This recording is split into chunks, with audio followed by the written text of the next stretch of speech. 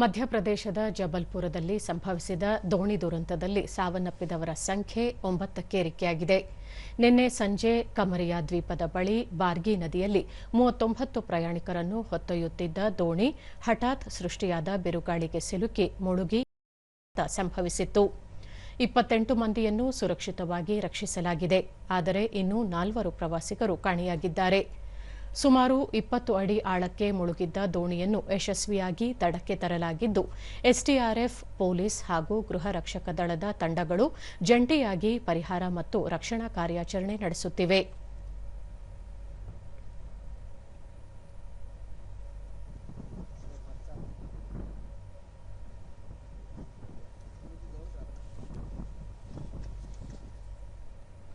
ಈ ನಡುವೆ ಮಧ್ಯಪ್ರದೇಶ ದೋಣಿ ದುರಂತದಲ್ಲುಂಟಾಗಿರುವ ಸಾವು ನೋವುಗಳಿಗೆ ಪ್ರಧಾನಿ ನರೇಂದ್ರ ಮೋದಿ ತೀವ್ರ ದುಃಖ ವ್ಯಕ್ತಪಡಿಸಿದ್ದಾರೆ.